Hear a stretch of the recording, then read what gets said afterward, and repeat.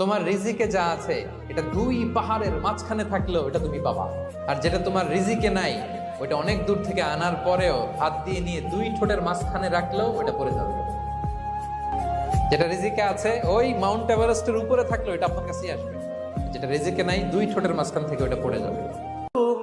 আপনার বাধাগ্রস্ত হতে পারে বাবা গো, হাত পা গুলি খুব মজবুত করে বেঁধে ধরবেন।